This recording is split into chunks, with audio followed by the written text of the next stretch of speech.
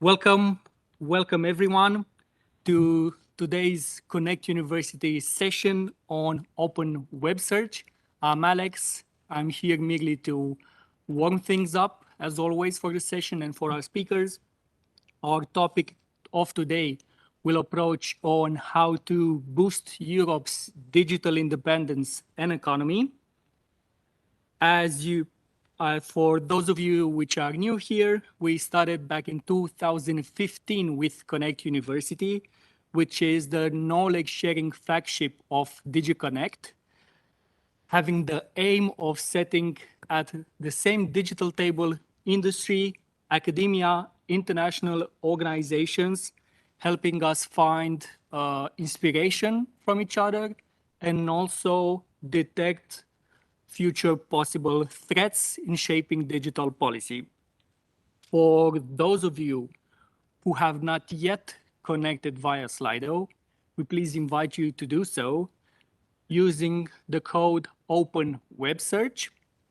I say this because over there you can ask questions and we will make sure that those questions reach our speakers safely.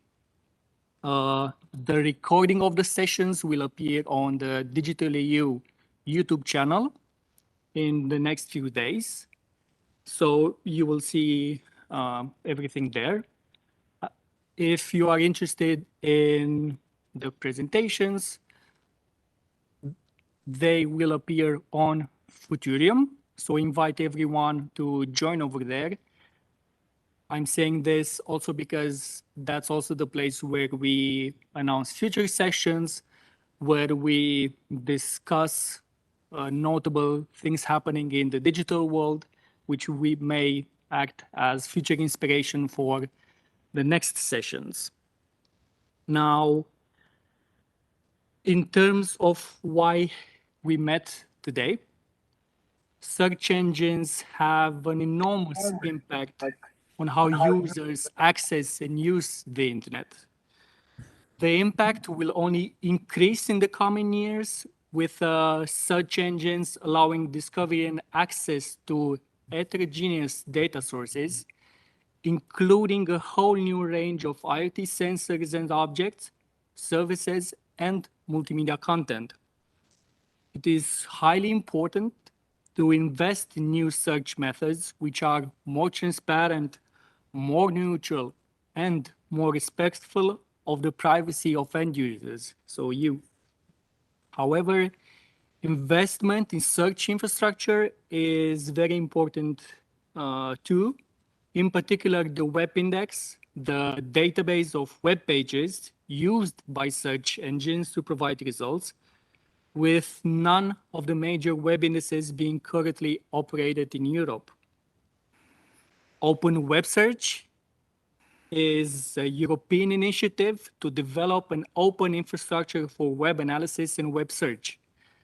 It brings together 14 renewed European research and computing centers and is supported by the Next Generation Internet Initiative of DigiConnect through the Horizon Europe program.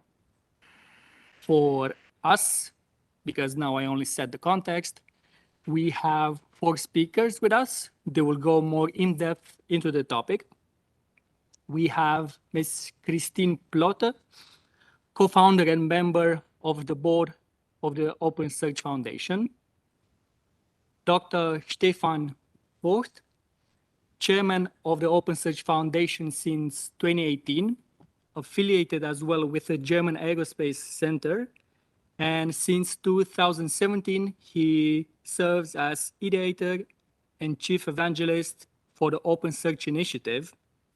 And in this capacity, he is part of the coordination team of the OpenWebSearch.eu project.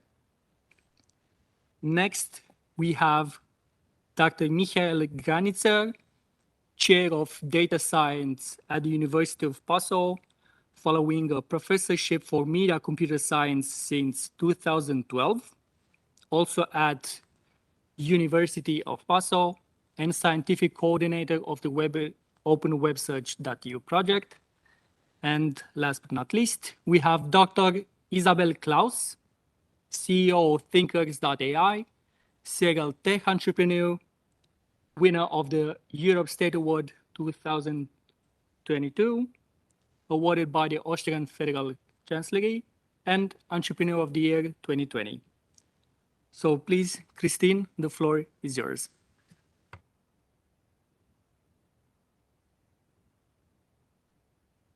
Thank you, Alex. Yes, I would like to start with a question. And the question is very simple. Do you use search engines? And I ask this because the probability is very high that you only use one search engine, and that is Google. And that's why we're here today, because we want to talk about new possibilities for web search and how a new ecosystem could open up walled gardens that we have at the moment, and how about this new ecosystem could boost Europe's digital economy and autonomy. So we have 3 speakers today. Stefan Vogt will start off, then we have Michael Granitzer for the next presentation. Then we take a short break, and then Isabel Klaus will do her presentation. And afterwards, we will have a Q&A panel style. So you could ask your questions in the Slido app. So if you haven't done so, just head over there. You can follow the presentation there and also ask your questions. So Stefan, founder of OpenSearch Foundation and chairman, please. The floor is yours.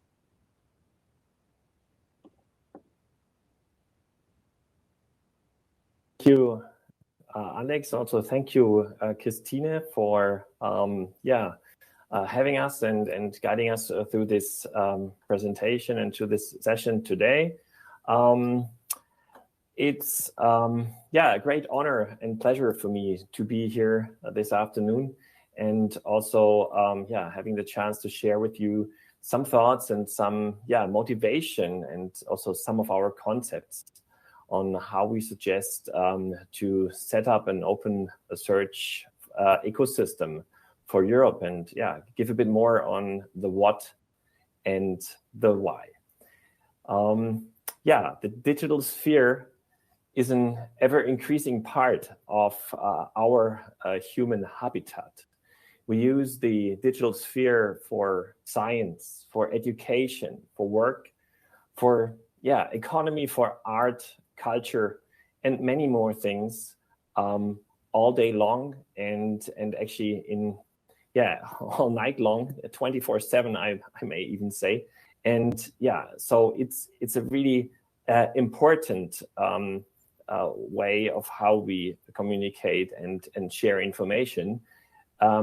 But as also mentioned in the introduction, Europe does not have a communication and a navigation system for this digital sphere for the web. So all web search is based on so-called web indices. So maybe one can call it also a structured web data pool, or even a structured copy of main contents of the web. And actually, globally, only 4 of such indices and comprehensive indices exist. 2 of them are mainly governed by commercial interests, and 2 of them are mainly governed by commercial plus some state interests. And that's the main concern that we have. And actually, in Europe, as mentioned and by Christine, about 90% of all search is done via just one search engine, that of Google. And Europe does not have an independent web search capacity, and it does not have its own web index. So as we know, orientation correlates with power and control on be it economic or strategic, geographic, cognitive, or even political dimensions. And up until only a few years ago, even a few decades ago, even in the geographic domain, orientation meant power, be it having access to the topographic information or having access to the to the whereabouts to satellite imagery or aerial imagery. This is now opened up because all the cadastrals, all the imagery, most of the imagery is public domain, and we can use it for navigation and for orientation in the physical sphere. In the digital sphere, it is still the case that we're navigating through the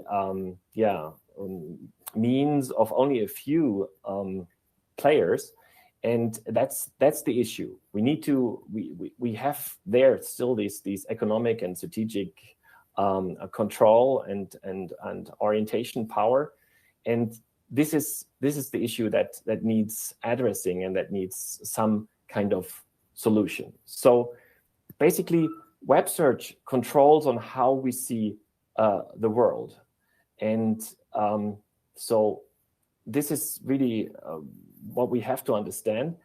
And actually, there's further issues with the whole thing because today we even see that top-ranked results are not necessarily the best ones.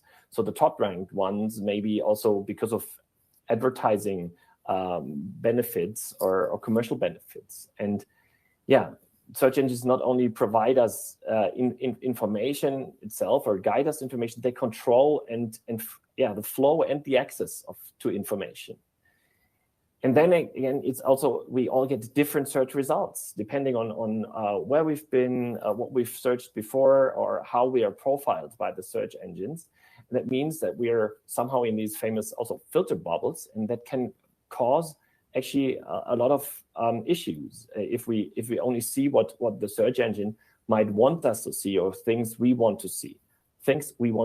And so actually this missing transparency in the algorithm that determines on what we see and what not is also a big issue.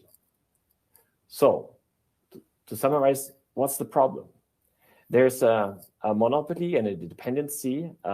We don't have alternative or a diversity in search engines here in Europe. There's no transparency on how are the search results compiled. There's a missing neutrality. As mentioned, there's either commercial bias or even governmental bias, or even both in the major search infrastructures that are there. And yeah, we have and we don't have any comparability. We cannot really see why we get what we get.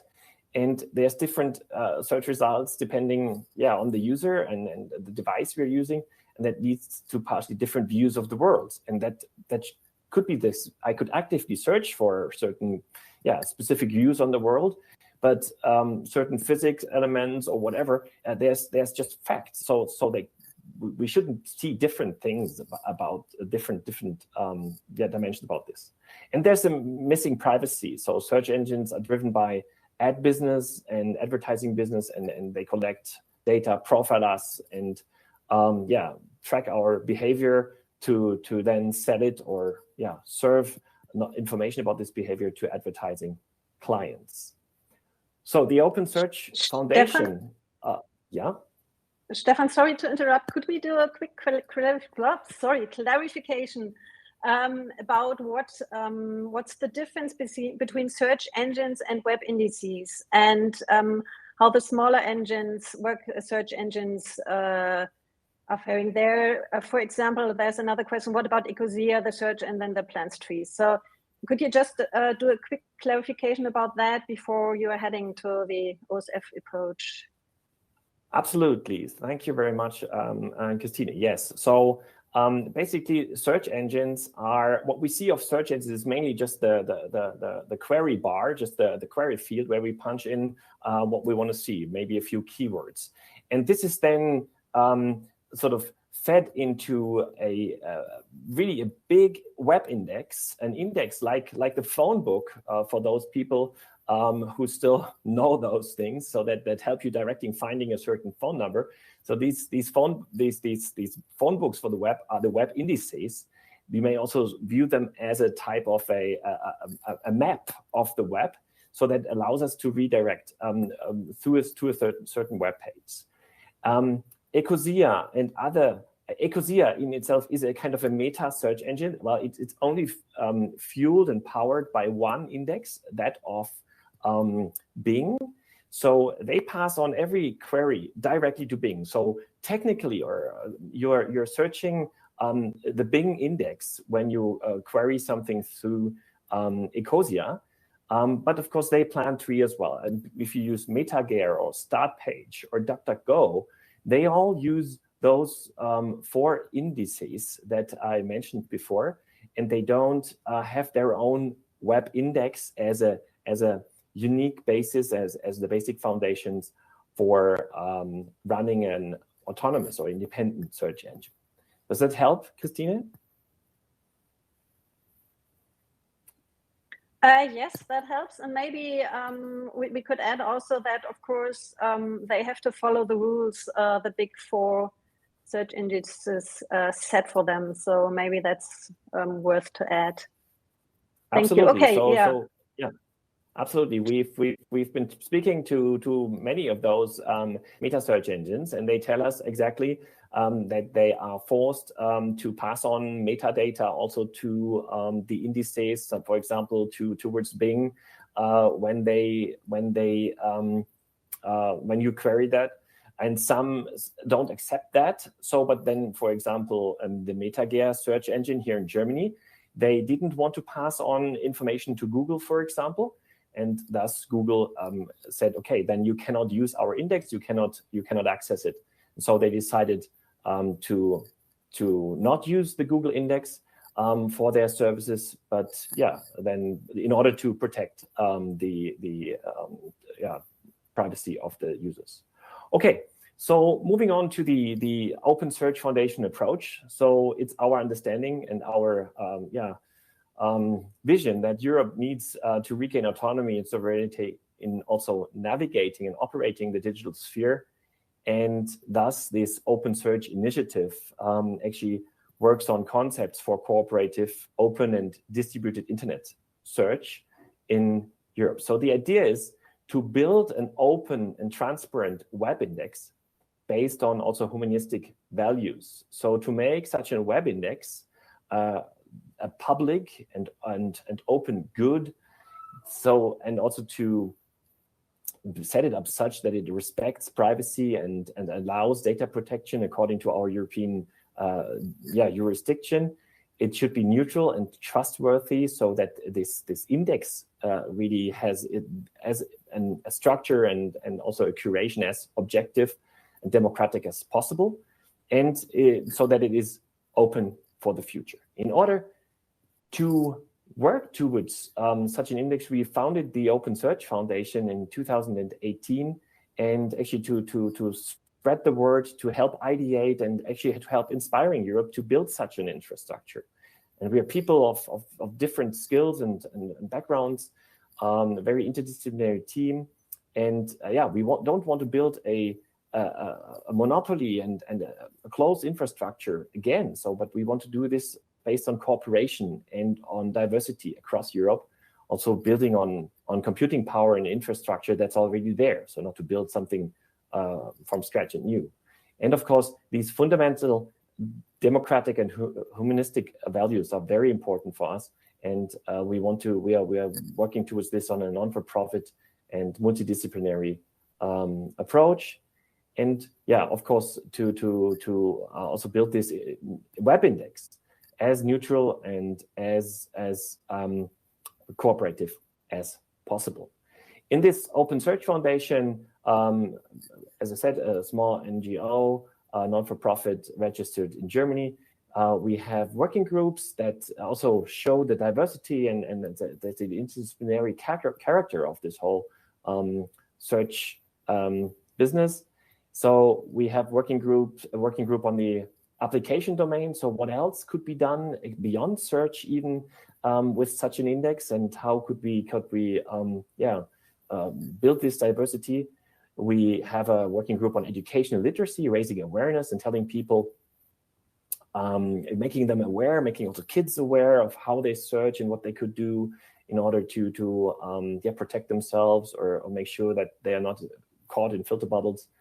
We have an economy working group that looks into the economic dimension of how to use such a system, because it's not bad to do economy in the web and also with such an index, but the fundamentals should be open and democratic, whereas the use of such an index could also have economic models behind it and ideas, and that's of course highly appreciated.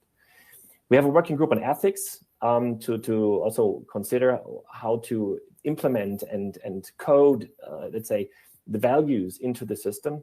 We have a legal working group because there's a lot of legal elements to be looked at when searching the web, and also guiding towards data and also intellectual property rights, rights to be forgotten. All those things need to be reflected, and it's quite a complex thing. And of course, we have a tech working group because, without building such a thing, there's nothing to regulate, nothing to build ethics in, etc. So, of course, the tech is also a very important dimension. So all in all, it's about, moving from a closed black box internet search towards an open and audible ecosystem in search, and that's what we actually want to achieve all together. Actually, also with you guys, with you, everybody out there helping us, because it's not just a small group building this. This needs to be a joint effort. And also going back, Christina, to your question on these what is a search index versus a search front end or a search engine. So such an index that may also be geo-referenced and geocoded will allow a lot of services that can be built on top of this.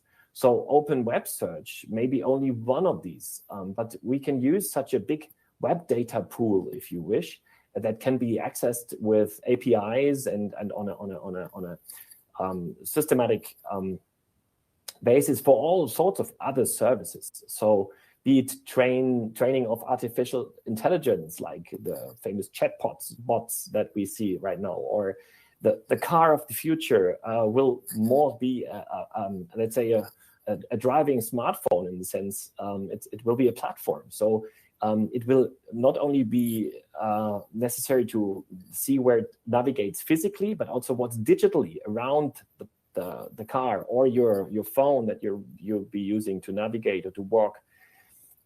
You may combine this web index with geospatial or satellite imagery to do services in that domain. E-commerce can be supported by such a web index and can also be diversified. The Internet of Things can be managed. Industry data spaces can be helped, can be managed. News can be monitored, all sorts of things. So all in all, such building of such an open web infrastructure should be in the scope of similar, like we in Europe decided to build the Galileo satellite navigation system, or have our Earth observation program, Copernicus. So it's that type of, that scale also of, or that magnitude of a program that we are suggesting to build. In order to make this transparent and also really cooperative to the extent possible, we suggest 3 basic principles. So to build the whole thing on cooperative and distributed computing, as I said, not to build new infrastructure, to build new computing centers, but to have public, even private, or academic computing centers to share the burden of building such a web index in a distributed way across Europe, across different countries, top-level domains, also to maybe strategically structure that a bit according to net topography, to the extent possible, according to languages. We want to build this open source. We suggest this to be really as public and open as possible so that it can be audited. And we want to base it on public and transparent moderation, so have core democratic components and auditing rules, like you may know from the Wikipedia encyclopedia, where also the knowledge is shared and the content is based on common grounds and common agreements. So with European, all in all, this should be also built with European values inside, with ethics, culture, language, law, economy rules, etc. And you can then consider such a web index a distributed system, a distributed web index that is fed through shared crawling, and that then can be accessed by different front-end systems that allow us to then use it for search, but also for all those other elements. And so the index can then be also further processed in the knowledge graphs, or support new search paradigms, new search front ends like chatbots, for example, and other features. So to close, I want to mention that actually to build this really, and to make this move from this conceptual phase that we're in right now to full scale, we need to scale this actually to a big pan-European program in the coming years, and actually depends on how much impetus and also political support and also funding we will receive for such an activity from Brussels, from the member states, to then grow this into something really that is fully operational at the scale of the Galileo or the Copernicus system. And first steps that we have is the OpenWebSearch.eu project that we'll be hearing about in a minute. And we have the NDI search and maybe other initiatives which we need to combine and grow and scale to build this big open search ecosystem for Europe. And with that, I would like to thank your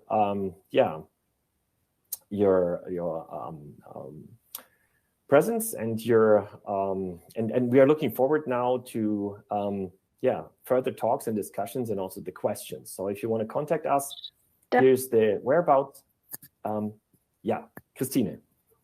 Yeah, Stefan, we have one or two questions that should be probably answered now, and then we have some questions that would be interesting for the panel discussion afterwards. So we have two questions concerning if people or organizations from can join OpenSearch, can join this movement, and how. And then we also have a question if people, organizations from outside the EU could join. Yes, so of course we are happy for all players to join this initiative, and so please contact us at the emails given. You may contact us through the OpenSearch Foundation as well as through the OpenWebSearch.eu projects.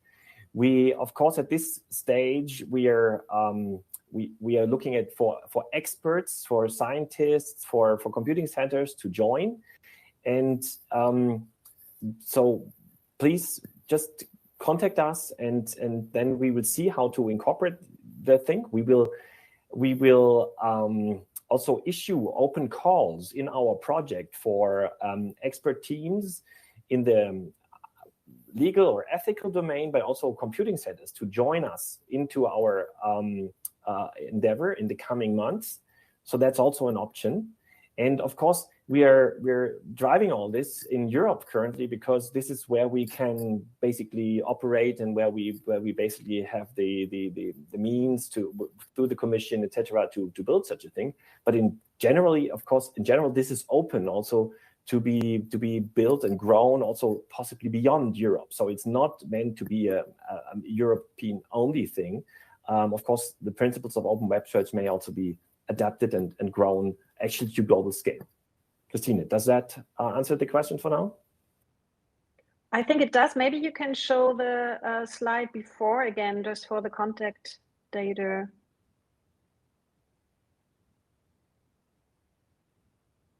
There it is. Yep. Yeah. So here it is.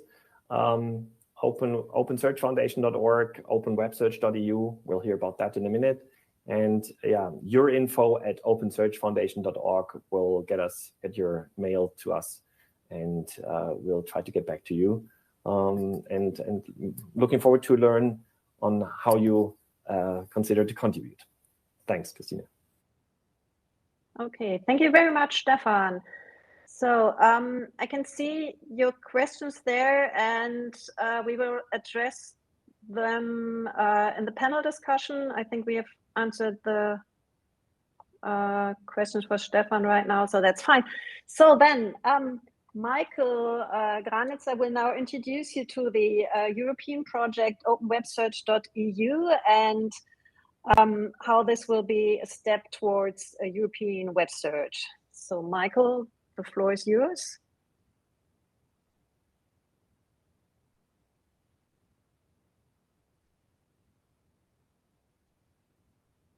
Okay, thank you very much, Christine, for the nice introduction. And hello and welcome everybody from my side. It's now a pleasure for me to give you a brief overview about the project OpenWebSearch.eu, which is funded by the European Union by the Next Generation Internet Initiative, and which should mark a first stepping stone towards this kind of open web index. I will pick up where Stefan left us, but I will try to go a little bit deeper also on the technical level, and hopefully then be able to cover also some of your technical questions. Okay, very well. So actually, are my slides seen? Yes. Okay, good. Then, yeah. Well, before I go into the details, let me briefly introduce the project structure and the partners of the project.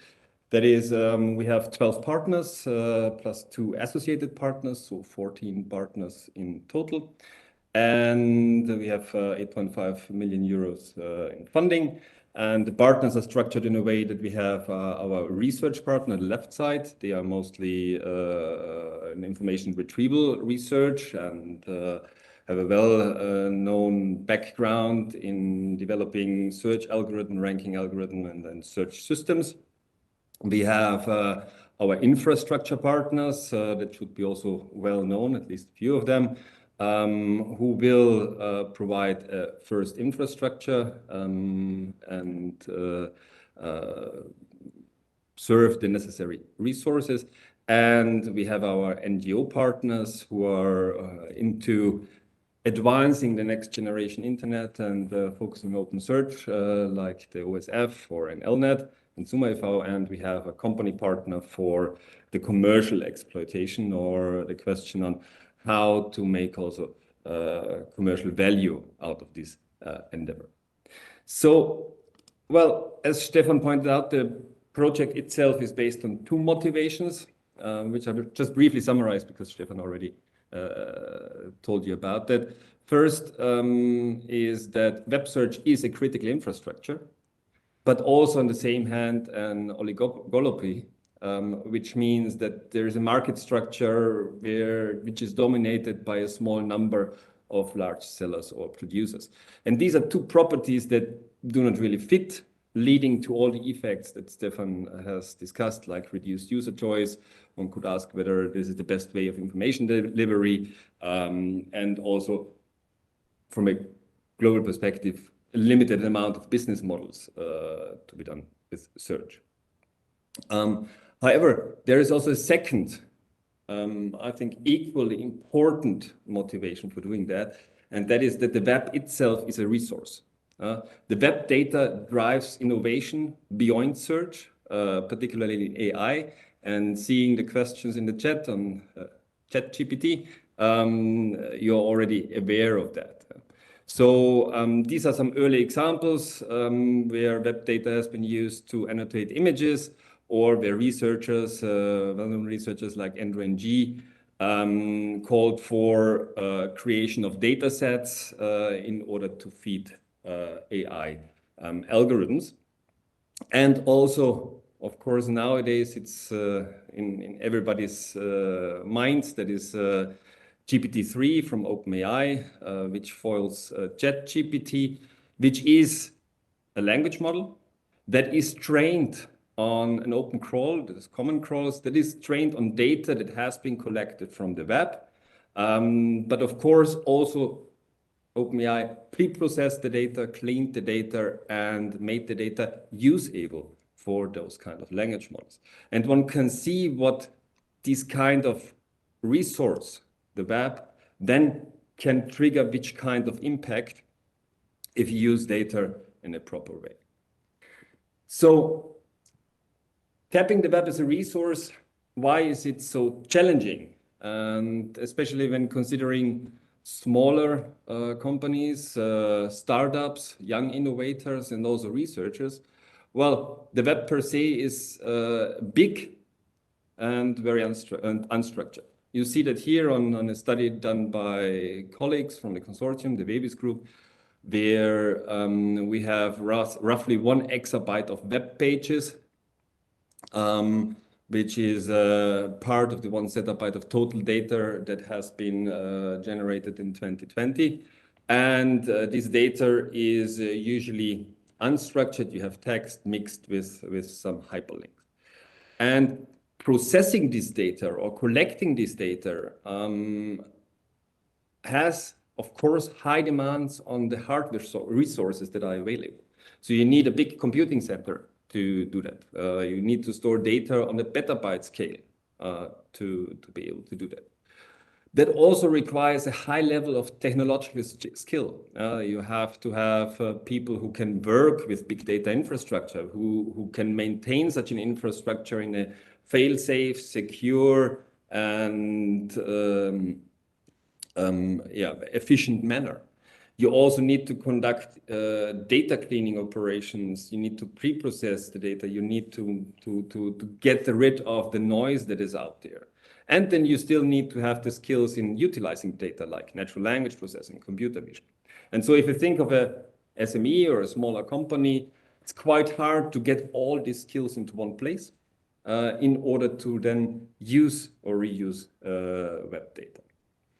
Often for certain application domains or certain ideas, innovation ideas, you only need a particular subset of the data, but you still have to undergo this whole effort of high hardware resources, high level of technological skill to get this small amount of data that you might need. Also, there are legal and ethical constraints when working with web data, where the boundary is not always clear, and then there are also these questions that need to be answered before you can use the data. And one hasn't to forget that the web itself is a competitive, partially adversarial environment. So you have spam out there, you have link farms, you have malware sites, phishing websites, which can be quite tricky to filter out and identify. So there is a problem in tapping the web as a resource, which is the second core motivation, I think, for our project. Before going on the goal, more in detail on the goal of the project, I want to briefly highlight the core elements of a web search engine, because it also has been asked in the chat, I think.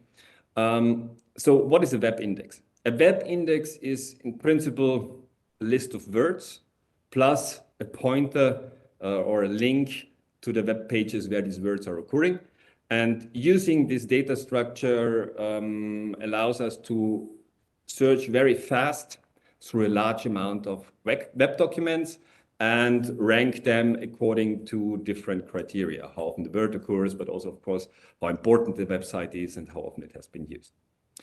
In order to build such a web index, you need to create a pre-processing pipeline. That means you have to collect web pages, which is usually referred to as crawling the web, mostly HTML, but most often you also have other formats like PDFs or documents, Word documents, docx formats. And then you have to collect them and pre-process those. That means converting HTML to text, extract some metadata, for example, locations, persons, organizations. And sometimes you often have also to execute a code that is encoded in the web page in order to render the web page at your server. That is the basic step you need to do in order to even be able to use the data in one or the other manner. Even if you use it for an AI, you first have to do this kind of cleaning. Another step is then semantic enrichment or extraction, where you want to enrich the data that you have. For example, do geotagging. That means extracting locations and the geographic coordinate for those locations that are occurring on a web page and maybe their content. This can be helpful for linking these kind of web pages then to other sources that have geographic information, like, for example, satellite images. Or you want to extract other structured knowledge, like organization names that are occurring, persons that are occurring, time frames that are mentioned, etc., to provide more structured search services, or to have something like knowledge graphs, as we know it. If you, for example, search for a famous person, an actor, so you're getting an overview of that actor because there is a structured format called knowledge graphs. And the last step is then basically the indexing. The third step is that you also have a search UI, which is a single box plus a ranked list, at least that we are used to these kind of things. Why it's only that kind of search UI is still an open question. I think there are other search user interfaces that could be developed on top of an index, but we are used to this one. And there are not many alternatives today. Creating such a web search engine is not only a technical challenge, but also a legal and societal challenge. A lot of technical challenges, especially in pre-processing, have been also crowdsourced by the big players. For example, you have a webmaster console where webmasters can optimize their web page for one index. And so there's a lot of effort going from people who want to be found in such a search engine to optimize their websites towards the search engine, which reduces the technical depth of that particular search engine. So what is our goal in the project? Our goal is to build an open web index in a collaborative manner. That means we want to create this data structure as outlined before. And also, of course, have an infrastructure that does this crawling, semantic enrichment, cleaning of data, and then allowing to provide this kind of open web index. You see that in the figure on the left side, where we have the web, where we have the index creation, which can have different enrichment services and also different contributors. So the idea is also to open that index creation up to collaborators who want to take part of an index, like the German Aerospace Center wants to make, for example, a geoscience index and takes care about the quality of that part of the index and contributes with a highly qualitative geocoding component that links web pages to their satellite image. And then if we build the index, we would have principally an index that has the different pages and the different search terms. And then the idea is that this index is not only used as a service, as an API that you call, but this index is more like open data. So you can use that index, you can slice the index and you can dice the index as you want and use it for your own purpose. That could be, somebody on Hacker News made that example, that could be on creating a search engine for Pokemon, yeah? If you want to do that. So you just take those pages that relate to Pokemon, you create your own small engine there for your own community. That could be creating language models for German, for Finnish, or for some other languages, where you just want to focus on those particular language models that can be then used for your own AI system or ChatGPT-like system. So the idea is really that this index is open data and allows you to take those parts of the web that you want to use for your own application.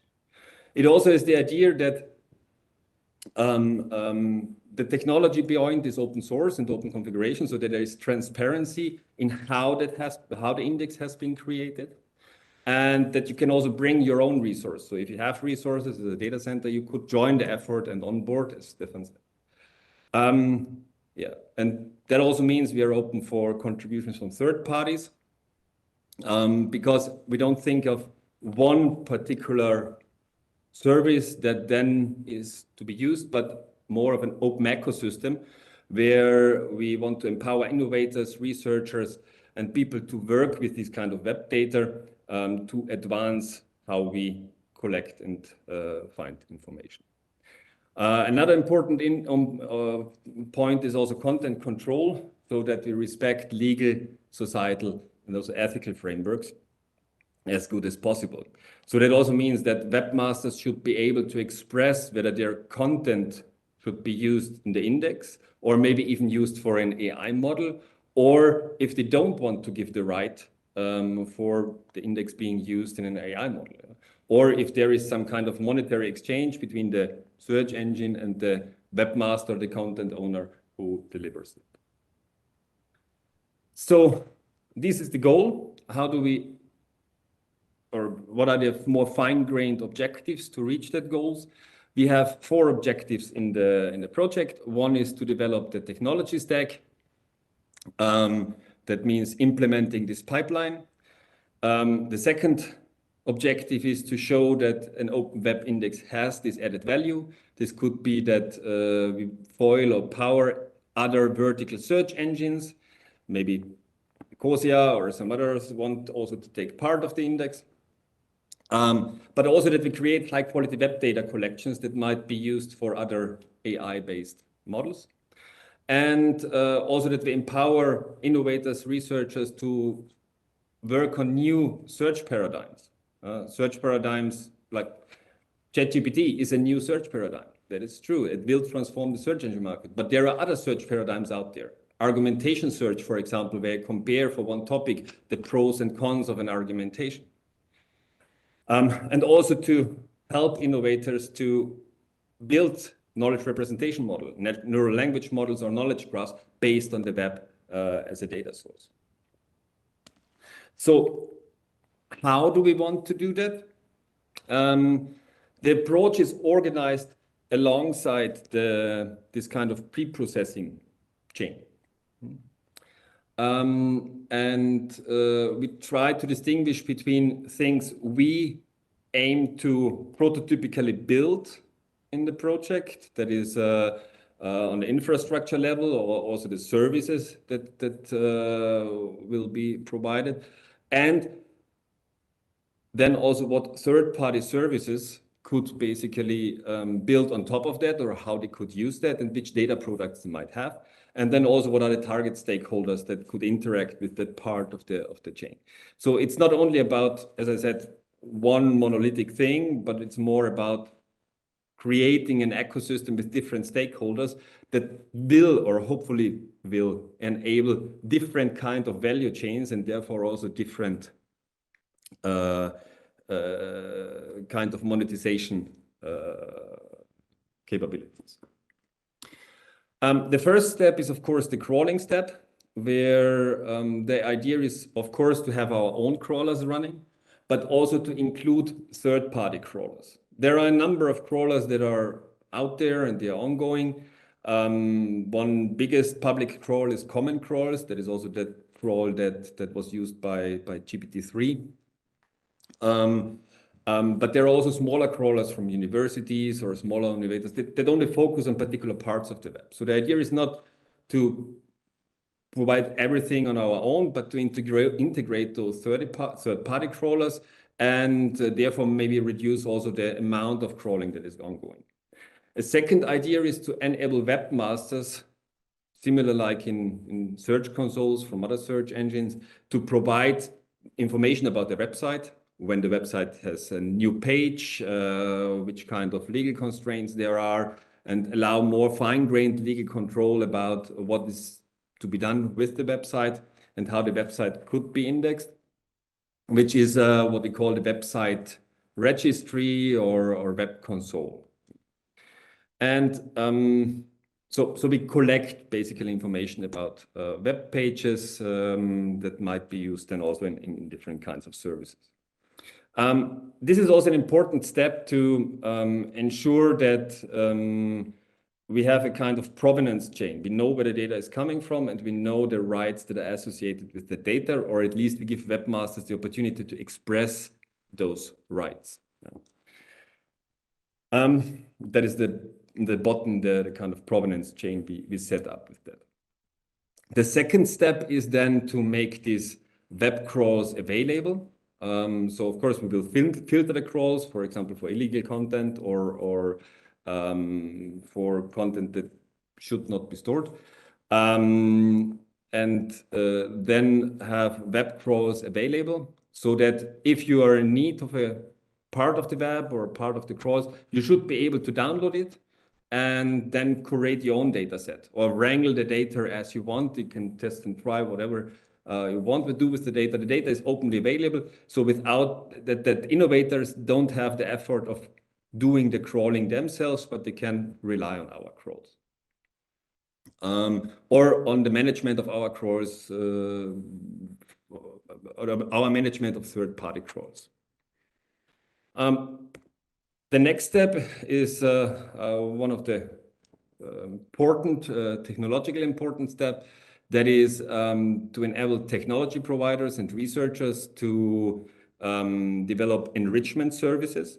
Of course, we will have our own basic enrichment services like extracting organizations, extracting locations, but also others should be able to develop their own enrichment techniques, like, for example, annotating the quality of information on the web page or identifying whether a web page has personal information or not. So that should be possible, and that would lead to curated and enriched high-quality web content, so collections of specific types that are of a higher quality than the original raw crawl. And the final step is then to index these enriched data, and then have one coarse-grained index, this open web index, that can be then sliced and diced, as outlined before, and downloaded to FOIL third-party search engine, to FOIL's vertical search engine. We're also thinking about the concept called Search Engine Hub, where you can specify what kind of search engine you need, and then you get a specification of the search engine, and you can run it on your own server, within your organization, within your firewall, and you have full control over the search engine. This open web index and the web data that lies behind it should also enable the development of AI models, knowledge representation models, without the need for crawling, cleaning, and the other thing of the data. So that's the basic idea of our approach, where we want to develop prototypical services that at every step that realize those. We also plan 2 verticals to implement on our own as a proof of concept, that is open science search, so searching for scientific resources, and mobile location search, so searching in a location for particular geo entities. And we also plan to investigate different search paradigms, again as a proof of concept, argumentation search, and also conversational search like chatbots. But this is more as a proof of concept that it works out. What are the estimated resources? This is just a coarse-grained estimate of the resources needed based on a static search engine run by one of our partners, chatnoir.eu. And approximately, we want to manage 30 to 50% of commercial indices, where we only focus on HTML. And that requires roughly 2.5 petabyte, where we think the index size is 500 terabyte. So that is more or less the target we have. Some key innovations.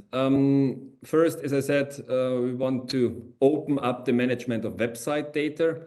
That is currently a closed resource that is available to the individual search engines, but it's a very important resource for controlling the quality of this pre-processing enrichment data.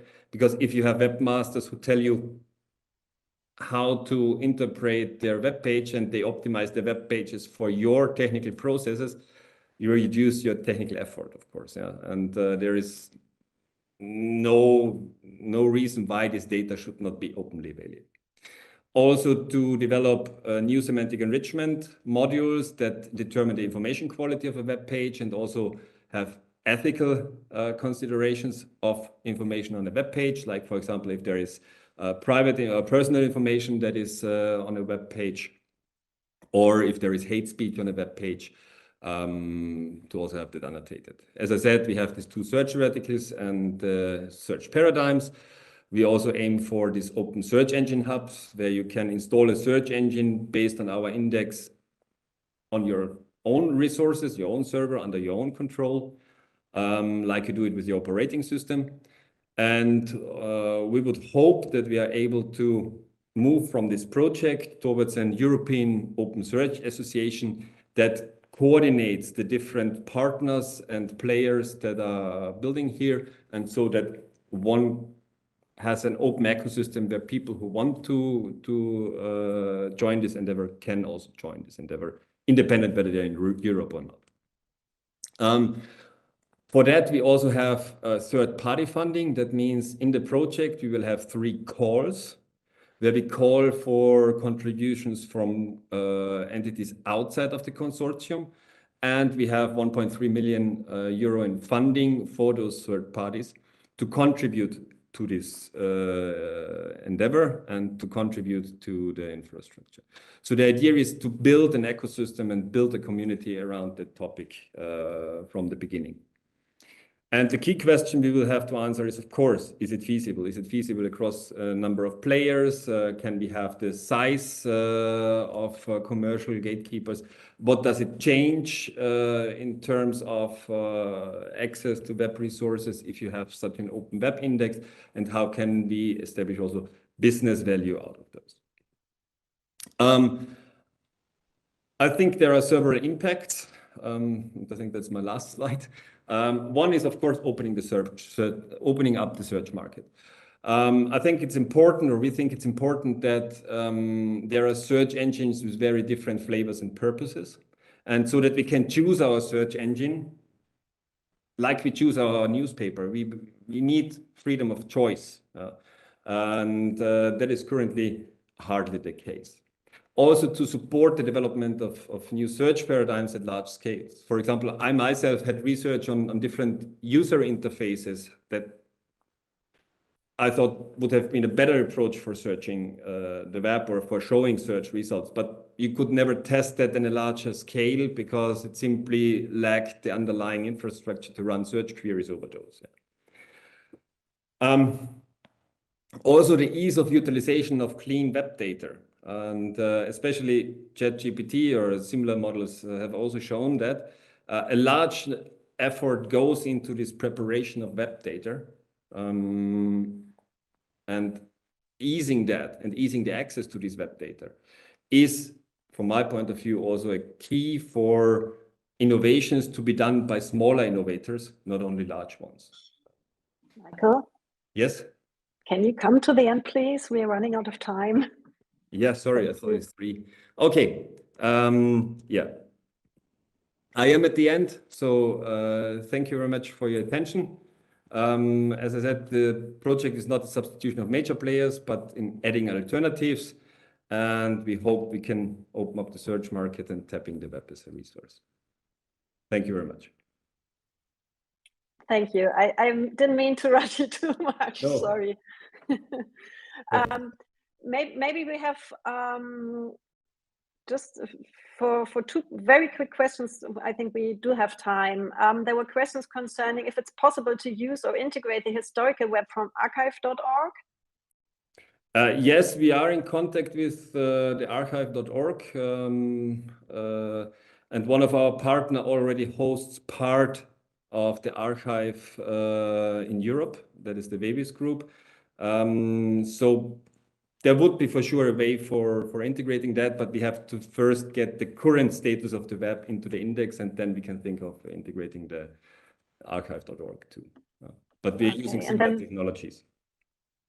Okay, and then there was an idea, just maybe for just taking note. How about incorporating Europania? I think that's some sort of website or archive of European cultural heritage. So they need a better search, obviously. Yeah, that was in the question here. Yeah, I know Europeana, and searching for cultural artifacts is a quite different thing because you search a lot for metadata instead for web content. So it's tricky to get the search capabilities up there. And so I think Europeana is doing a great job already. So, but of course, one could consider this kind of specialized repositories to be also integrated. Yeah. Okay, thank you. So we have some more questions, but I think we will able to address them in the panel discussion. I think they are quite good to have all three participants there. So thank you, Michael. And then I think we are heading into a short break, and we will see you here at 3:05 at about that. So grab a quick coffee and then come back. Thank you. And the next speaker will be Isabel Klaus then. So see you in a few minutes. Okay, yes, hello, welcome back to our lesson here. And our next speaker is Isabel Klaus. She's founder of Thinkers AI. It's rather a find machine than a search machine. And there's lots of potential in there and lots of AI at work there. So Isabel, can you tell us more about the economic potential and about Thinkers AI, of course? Thank you very much, Christine. I'm very glad to be here today. Hello to everyone. I think my role in today is to focus on what can we do with the data and with the web index, and how can we commercialize it on the one hand and also bring value in from a non-commercial side. But in any case, to make a very different product or offer with regard to the value of web data. So Thinkers AI, the company that I co-founded, based in Vienna with headquarters and has offices in Germany at the moment, and we're expanding to Europe, is concentrating on finding the needles in the haystack, basically, in the web. So at the moment for companies, so we search on the web certain informations. I will show some in my presentation. And this is just the first use case that we are looking on. And we are doing this now for 3 years for many industries. And we are expanding the use cases basically to work with web data, but really to find the valuable data within the huge amount of data. I will show you a little bit of what we do and where we are heading to. As you introduced, Christine, it's exactly what we do. It's not a search engine itself, but more or less a find engine. That means we really want to focus on the user itself and to fulfill his search requests. So he should be much quicker on the one hand. That means efficiency, and we want everybody to be more effective. So society gets a smarter society if information is there where it's really needed. So the approach itself is going away from thinking that a certain keyword in a huge data mass can be really the clue to what is needed. So what we did basically in the first evaluation phase of our company is to focus on how to find this needle in the haystack based on topics. So we are basically having a huge amount of topics that we deliver to each and every user, and he can select where he's in, what does he need, and he can really go down to any continent, to any country, and within this country on a very minor level of a topic that he wants to search on. So topics are important, and we don't want to focus only on one niche, for instance, only in the automotive innovation sector or something like that. It's not a database, it's the approach of a search engine, but with higher content quality. It's of course completely ad and spam free, and we enable people to search without keywords, so only after topic. What we took over from search engines is that it's very intuitive to use. And what we add on to regular search engines is that we not only deliver links, but we also detect trends and opinion leaders and other analytics based on this information within certain websites. What we take away is all that hours of searching that we are all spending, which is really impressive. How much in Europe, for instance, how many hours we are searching on the web, and what this costs our companies, for instance. So the main idea and wish is to generate competitive advantage from web data in a very big scale. I give you some examples, some things that we already do for a couple of years now. We automate research in various fields with the aim to not only save time, but to also have a very high transparency in business, for instance, in our current target group. This became much more important in our world, in our VUCA world, which is basically very volatile, uncertain, complex. And this means that things are getting much faster. Developments are faster. What happens around us is faster, and we need information much quicker. I give you some examples of questions where we search for hours before and where we automate quite a lot and support people not to search, but to really focus on analytics and what is the next step to react on.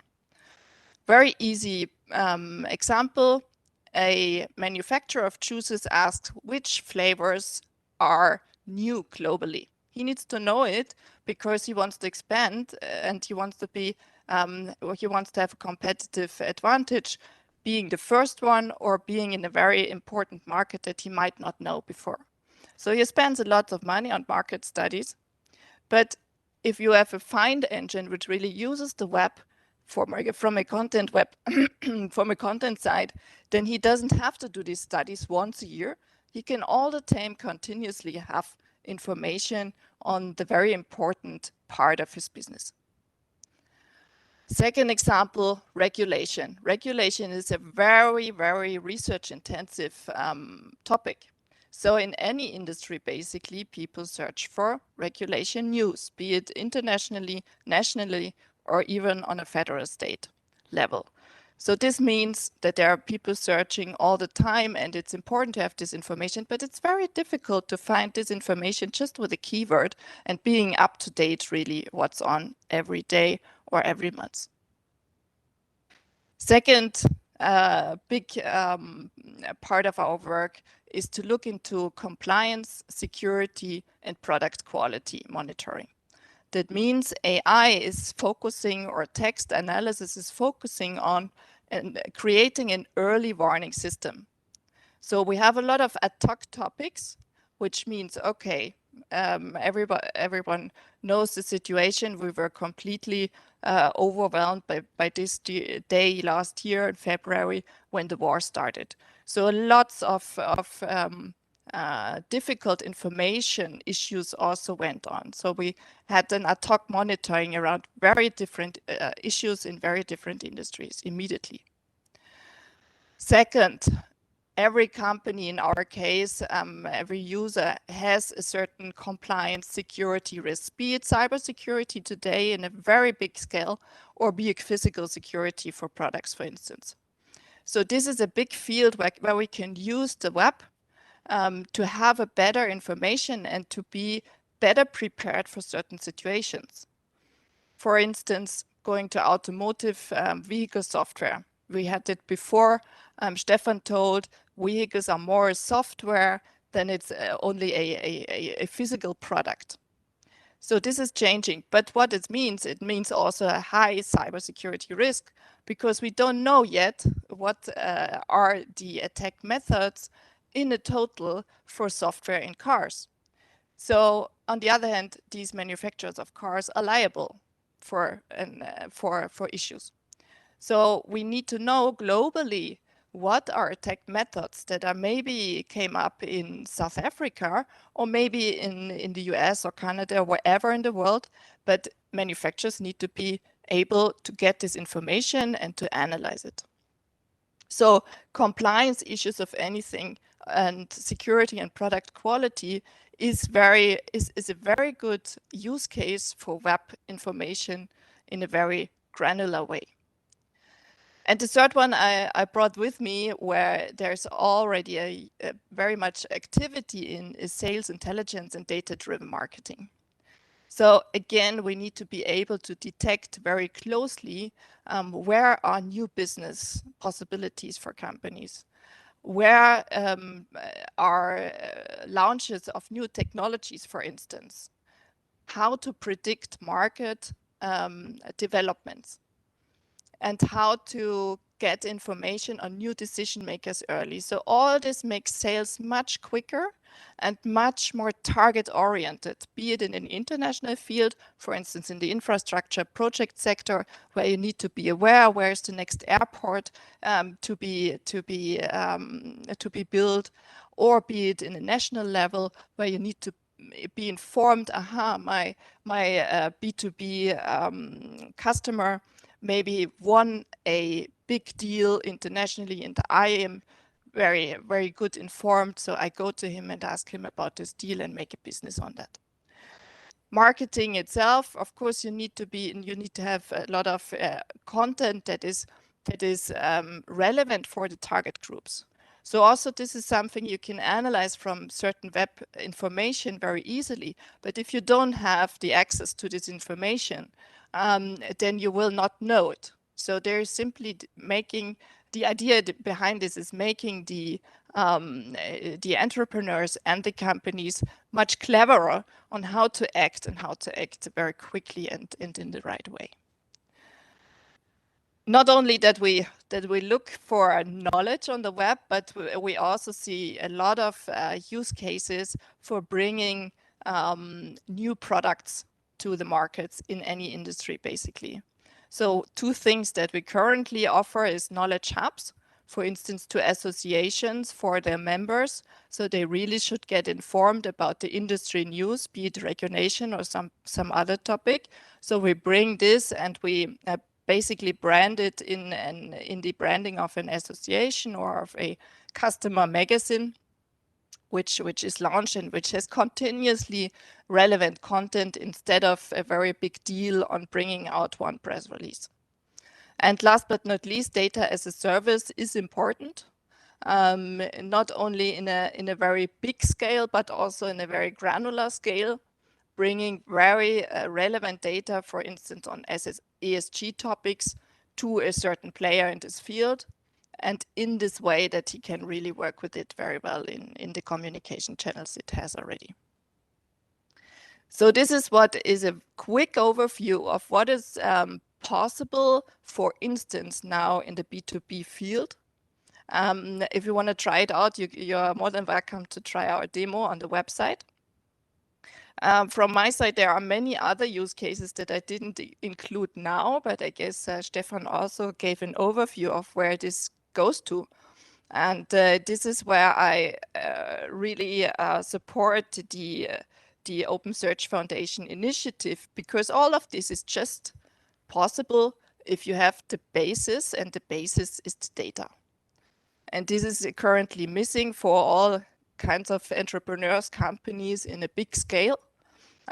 We build it up in a smaller scale, already not that small, but we needed to build it up for many years now, because we were not able to have this kind of quality that we need to offer our service by buying data from other vendors that already exist. So we are very much keen on the work of the OpenSearch Foundation, and very happy to benefit from it and to use the data very quickly as possible. So back to you, Christine. Thank you, Isabel. Thank you very much. Yes, and we have some quick questions for you directly now. So there was one question concerning what index you're using, but I think you already answered that. I guess you are not using one of the commercial classical indices. That's true. We have certain methods behind it, our own one, as well as certain open source possibilities. So we do get a lot of data, but I'm sure that the OpenSearch Foundation will have much more data, and this is what we are keen on in future. Okay, thank you. And then we have 2 questions concerning how your find engine actually works in practice. So you said that a search without keywords is possible. So what does it mean in a day-to-day use? Yes, we offer the the results, the search results, based on topics. That means one topic is, for instance, within the steel industry, what is done globally in the topic of ESG or sustainability. And on this granular level, you might get maybe just 5 or 50 messages a day that are important in this topic. And this is where users start not to enter keywords to search, but to really use this 5, 20 or 50 messages from all over the world, or maybe just from, for instance, South America, or maybe just from Asia, whatever they need for business, but it's that granular that they don't need to search with a keyword, which makes information much better, because you never know if you have the right keyword, actually. Nobody else of us knows. And there are words in every country basically different, even within Germany and even within the DACH region. So it's never possible basically to have a really such a big data pool managed by entering a keyword itself only. Okay, thank you. And then also a question concerning your business case. I think you could clarify that. So where's the business case in this web service, and how will the service generate income, or how is it generating income already? Yes, it is. We are focusing on user needs. That means if we have ads or other influences on our business model that is not focusing on users, then this would probably mislead what we are delivering.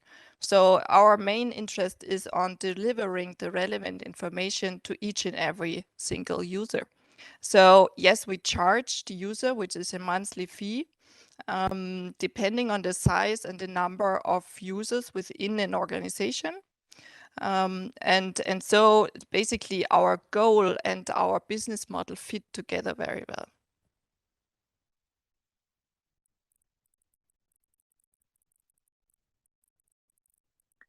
Great, thank you, Isabel. So I think we don't have any more questions for your talk. So let's head into the panel discussion. I think we got some interesting questions. And first, I think I would like to dive into the past. There's a question about web search engines have existed for 30 years already. So why has it taken so long to create a European version?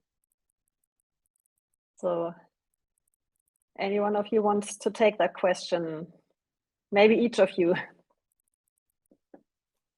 I can try and start if I may, Christine. Yes, please. Okay, so I mean the importance of search engines has been understood also some years ago, and of course there was an early market and things developed, and we remember Alta Vista. Some of us remember some Gophers at some stage, and others. So that there have been activities, and then I think Google made a big job and a great job in really concentrating and being really a step ahead of others, and then they sort of concentrated the market. And there have been attempts also at European scale to do the thing and maybe build also a competitor. However, this was done on a commercial market, commercial basis first. And I think this was a crucial mistake, because they tried to compete on a really competitive, on a commercial basis. And so some money was put in, but it didn't really fully take off. And also individual companies that added to it, try to get the return of investment too fast. And then, of course, the urgency also, then the market further consolidated and got even sort of monopolized. And the urgency was understood, of course, but then for some time, actually nobody dared to say, okay, well, let's try and do something, do the next step. What comes next? What comes after Googling? And nobody actually dared. And that's what we feel that now as a group of scientists and research centers, computing centers, trying to, okay, we don't want to start this on a commercial basis, but we'll try and see what can be done. And maybe we can open up an ecosystem that is more than just a single search engine. And so this is a different approach now. And I think this adds to the success. And it's also about the time now. I think with all these developments in the digital sphere and digital space being so rapid and being so dominant in all our everyday activities, people understand even more that something needs to be done. And so it's also a bit about timing, I think, that we're now in a better position than, let's say, 5 or 10 years ago. That the urgency is really understood by many people, and people are ready to act. Yeah, that's my 2 cents on this, Christine. Maybe I can add quickly. Please, yes.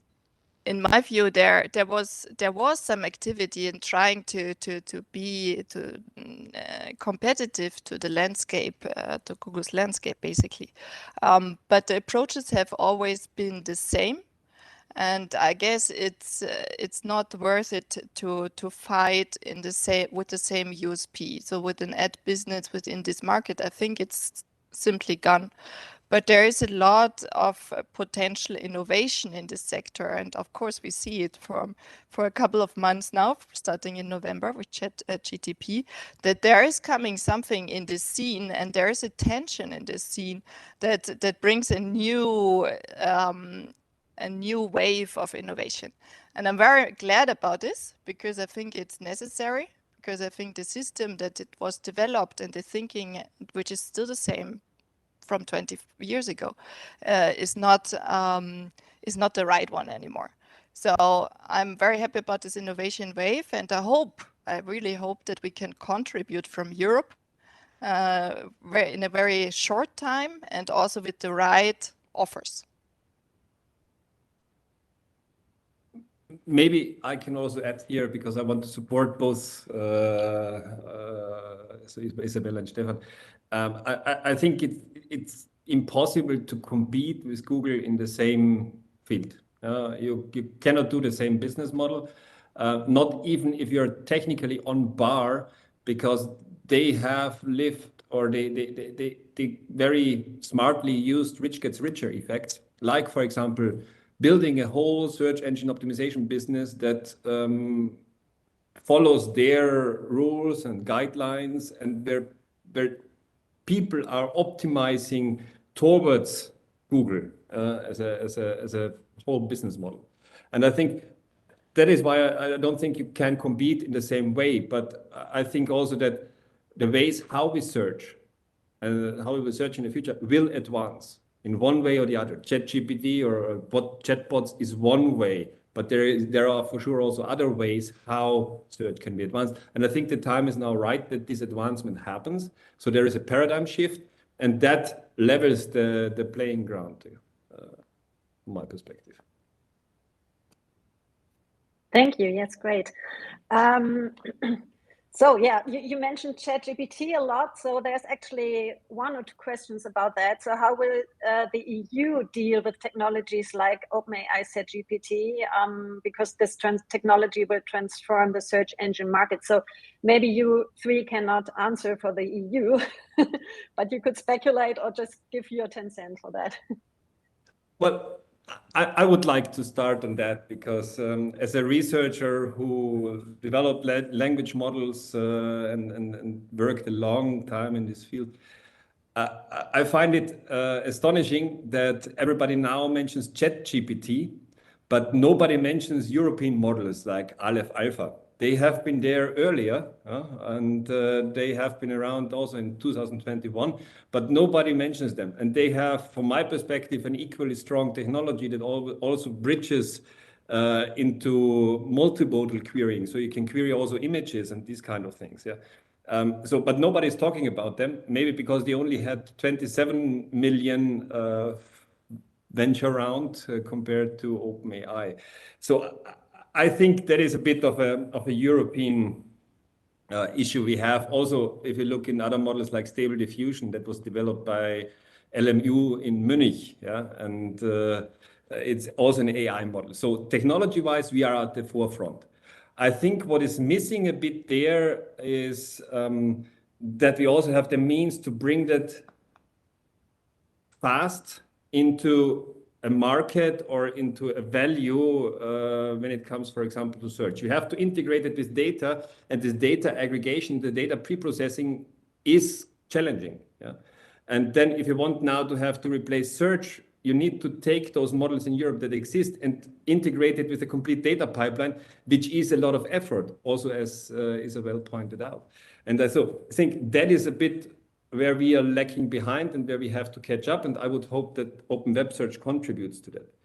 A second aspect is also that there is still a missing link in ChatGPT. If you use it, namely, you can ask it for references on a certain question, and it will most often come up with fake references. You can ask, where did you read that? Or give me references from a scientific literature, and it will make up those references and authors. So I think there is still a connection then going back to a search index that backs up what has been nicely written, maybe by chatbots like ChatGPT. And I think that's the missing link towards where you still need search engines that bring together this presentation of the information with the real sources and the provenance where the information originated from. I think that's Maybe also if I add one. to that.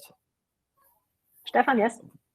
Yeah, just to add to this, I mean, because when I had the first encounter with ChatGPT, reading about it, or even seeing sort of actually how as we tried it out, how it argues about open search, for example, we tried it on our own aspect.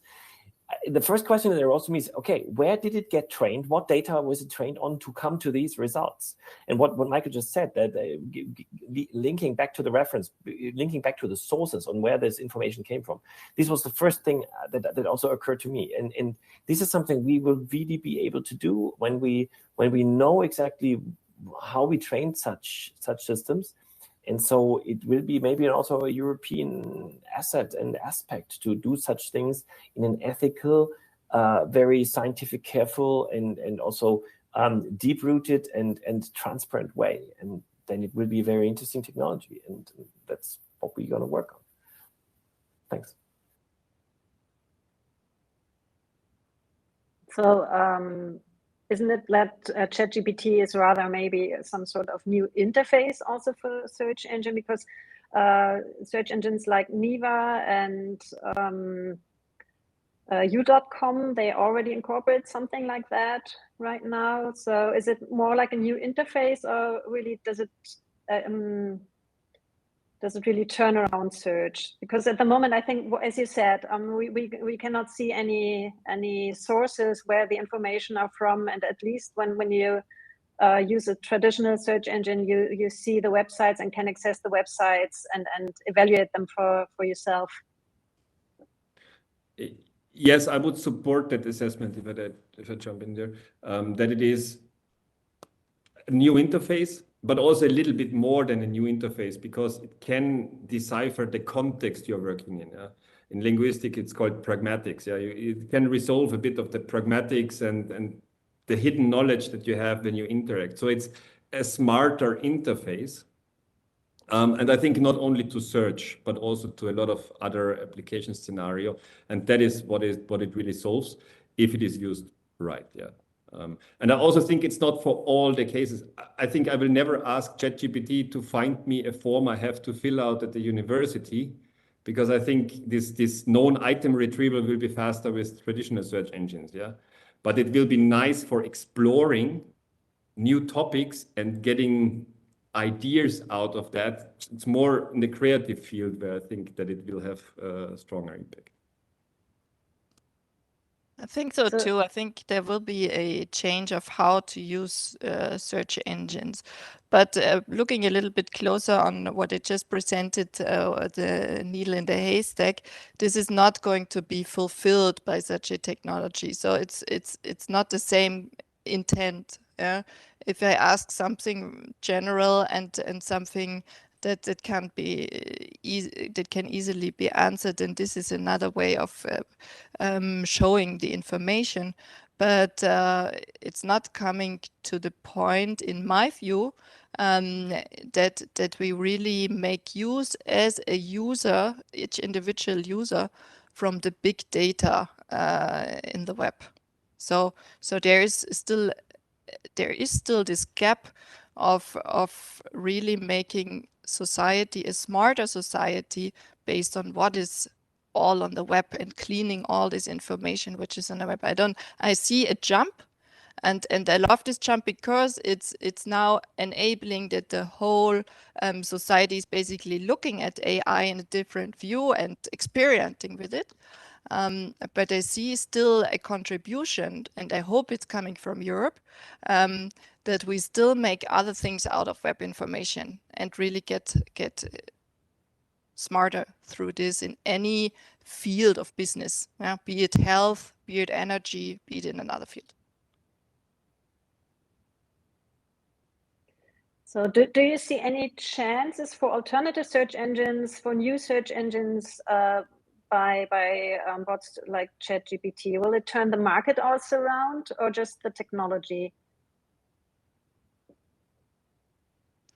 I can start if you like. Please.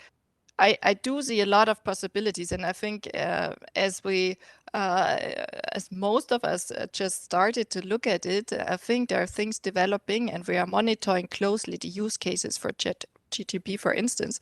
I think there are many, and there's going to be some development based on it, at least on the idea that it provides. Yeah, you never know what these companies behind it themselves will allow to do everybody with the technology. It's always probably a question of being a black box or not, but probably yes. But definitely there is a lot of opportunities, and it's opening up creativity of very different people worldwide. So it's really a good momentum. Hey, thank you. We also have some questions, of course, about the OpenWebSearch.eu project, or about the whole aim. So there's a question at the end of the OpenWebSearch.eu project: will there be a usable open web index, or is it more proof of concept? And also there's a question when this project will reach the ready for market. Michael, maybe you want to start there. Yeah, sure.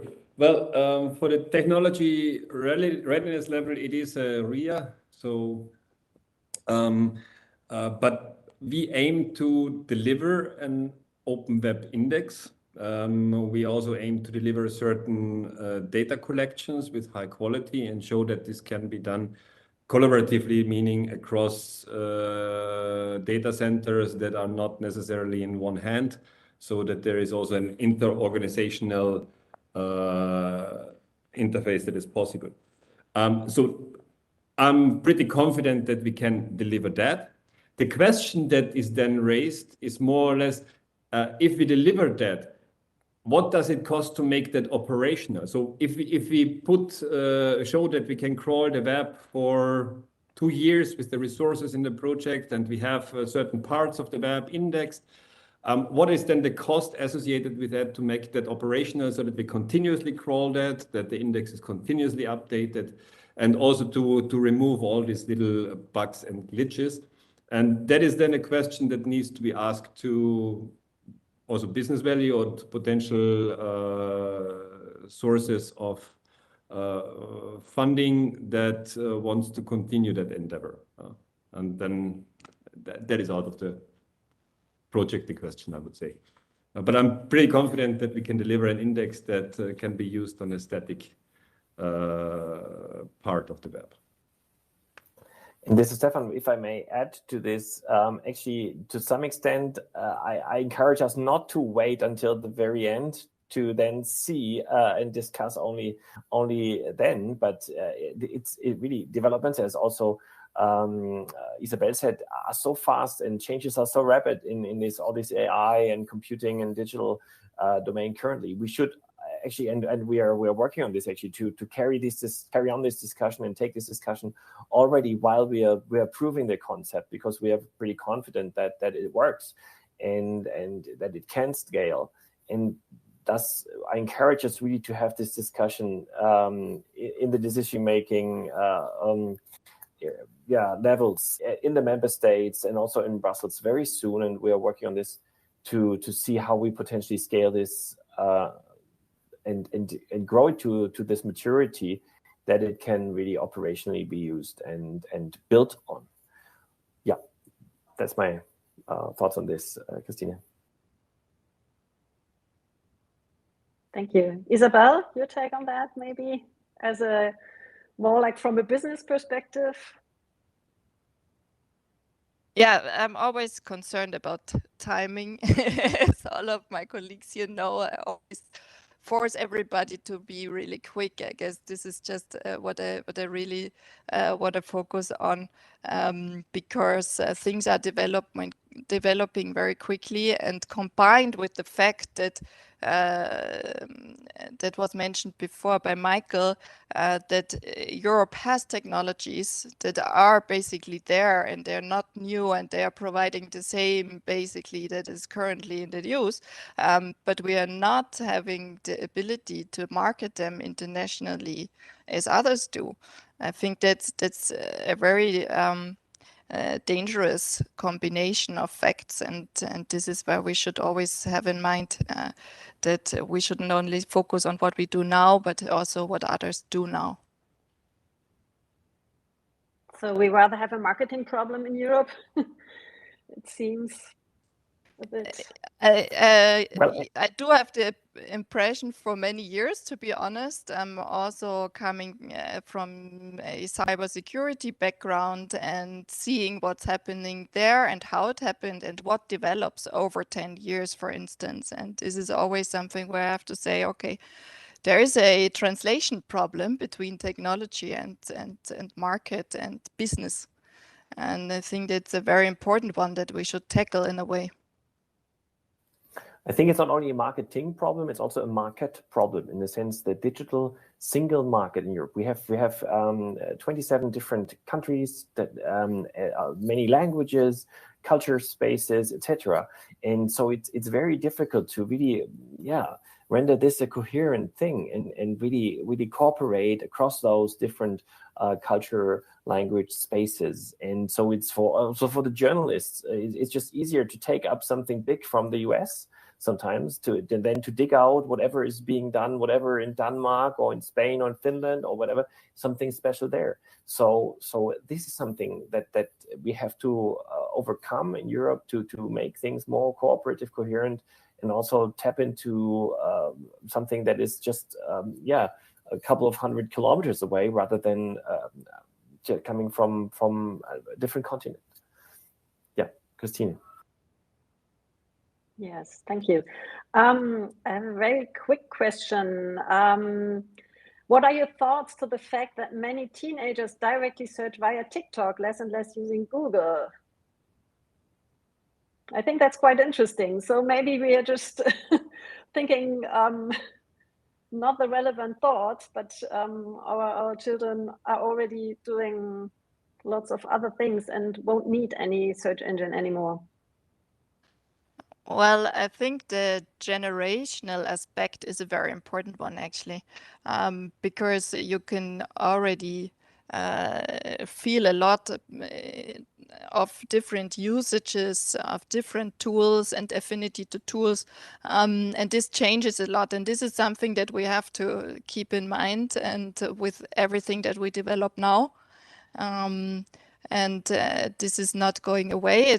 But it's not only in search, it's with any communication in the web, and maybe not only in the web, probably. It's something that in a strategic thinking has to be taken into account. And it's definitely there that search is also done on other platforms. Yeah. Maybe I can add here another thought. I think what we need to do is to give them some kind of search literacy or information literacy, because, well, is TikTok the most reliable resource for a question? I don't know. Yeah, It might be, it might not be, but I think it's important, especially also taking ChatGPT and chatbots into account. I think it will be important for our children to be able to see that an answer is really something that is based on something factual, or that it's an opinion, or that it is something biased. And I think that is an important thing we need to do, independent of which source is used for search. I think also independent of our age. I mean, I think we all need that search literacy, don't we? So I think there's Absolutely, a lot but of... I think we, Stefan, yes. I think we need to, yeah, I think we need to start from the very young ones. I mean, think about ecology.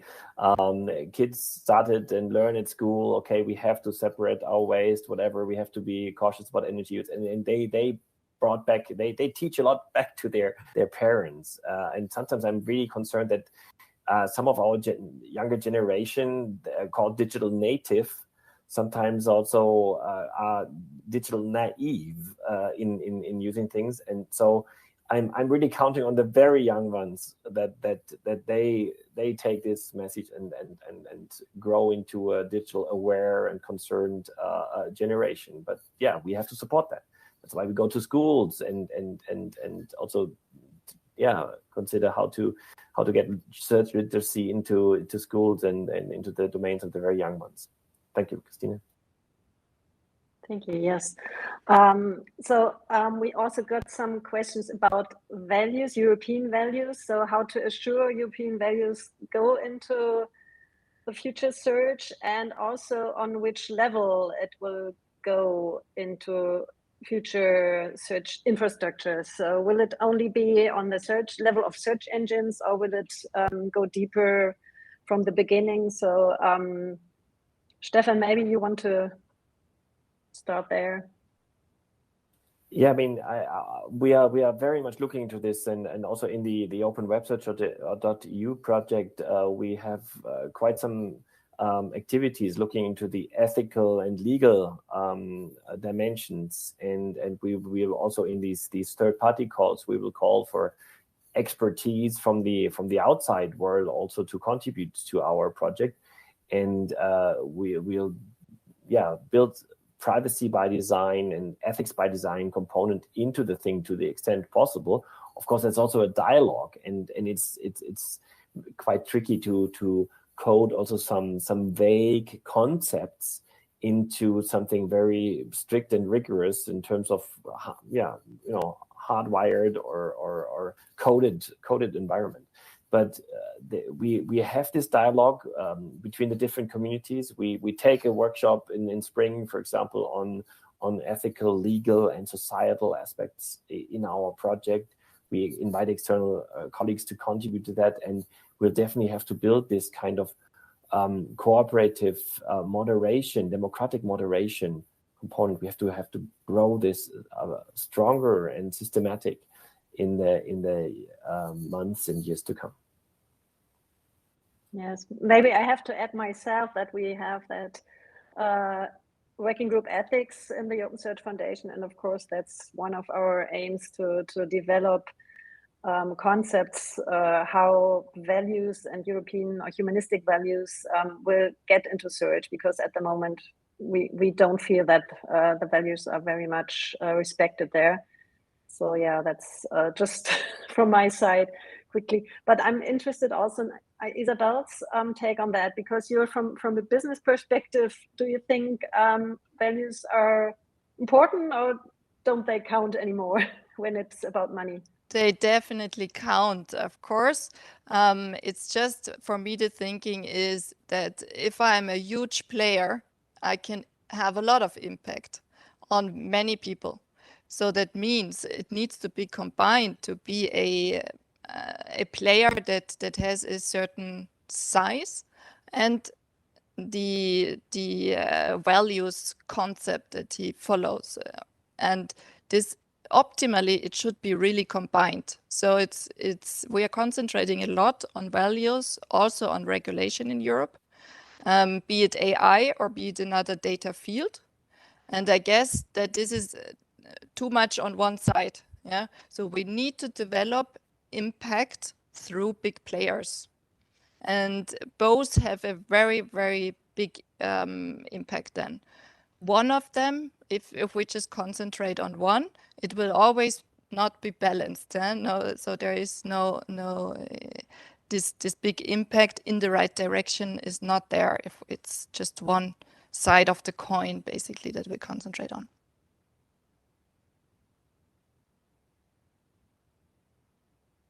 So will also the generation of alternatives bring more values into, or more European or humanistic values into the market or into our search? Well, if I may, I think Please. freedom of choice is one of the biggest values. And if you bring in more alternatives, then you give the users the choice to choose their values. Yeah, if they want to have, as I said, you also have the choice in your newspaper, yeah? And you can select the newspaper you want and the source you trust. And I think this is one important aspect. And the other two I see is first control to the people who create content, who develop content, and who give that to other parties, and also transparency in how that content is used. If I have a blog or a web page, I don't know how my web page and blog is used. It's going in some black hole and it comes out again in some ranking. I don't know exactly, yeah. But making these, I think one could never fully understand those processes because they're too complex, but making it as transparent as possible and giving control over this transparency is the way to go forward to ensure values, whatever values they are. And that probably will be a very big difference compared to the search engines or search landscape at the moment. The transparency will change, probably. It's a game changer, yeah. So, yeah. That is also important for AI models, to know which data goes, as Stefan said, yeah. Mm-hmm. Great, thank you. So now we are nearly at the end. I would like the three of you to make a wish. So if you just can wish for something, what would you specifically like to see happen for OpenSearch to move forward? So what's your wish, or what if a fairy came and granted you a wish, what would that be? I can start, if I may. So I would wish Europe, us Europeans, being around here and working on this, to really take up this idea and really get it up to speed in due time. Not to wait also for the for many years more until we have finally fully proven the final thing that it really works, but to really take that notion of speed also and build it up. Of course, it's not only about Europe. It's also in the bigger environments where this may be used and maybe also added. It's just that with European projects and being also a European researcher, it's just easier for us to build this here. But of course, it's also open to a broader scope. But I would wish us to really speed up, scale it, think big, think European, think cooperative, and get the thing going and out there operationally. That's my wish for the fairy, if I may. Thanks.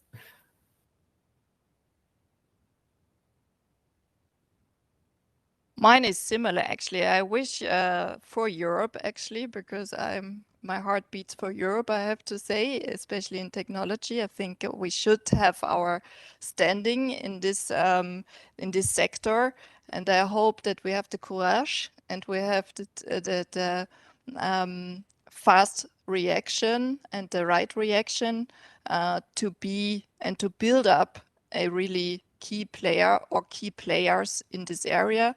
It is a critical infrastructure in my view, and we had the topic before, and it's just really a big problem if we don't play it big. And I think we have to go this way. We have to group, so it's not part of one small group, it's part of many in Europe. And I hope that we can gather all together and follow really a bigger approach and bring this all to life that we plan to do. Thank you. Michael, your take? Yeah, well, okay. As a technical person and a researcher, I go a little bit differently. I wish the ferry would give me an environment, not me, but all the tech people and the smart brains in Europe, and we have a lot of those, the freedom and the environment to work on the technical stuff and solve the technical challenges and make cool services and technologies, and get rid of all the legal questions that might hinder us or the administrative parts. So I want the tech community to join and have resources and opportunities to work. Great, thank you. So I hope the European ferry has heard you and will grant some wishes. And I think it's also a call to all our listeners today, just to stay tuned and to follow and maybe also to join this movement. And I think, we're already at the end. So thank you very much for listening. Thank you much to the three of you. And I will hand over to Alex now for some final words. And maybe we will meet in another opportunity here and see what the project has brought then, and hopefully new search engines will have developed then. Clearly, thank you, Christine. And indeed, as you mentioned, it's not only a critical subject, but also we saw how complex it was, coming more from the abstract, so those of European values, to the complexities of the actual tech behind developing such a thing, and the complexity of handling the technological issues when tackling open web search. The recording, for those of you who couldn't stay until the end, or for those of you who want to revisit a few aspects, will be available on YouTube. And we will have sessions on disinformation code, as well as the Digital Decade Policy Program coming right up. So please keep your eyes open on Futurium. So thank you again, Christine, Stefan, Michael, and Isabel. And thank you for the time and efforts for providing the information today. And let's hope to connect again soon. Thank you. Thank you.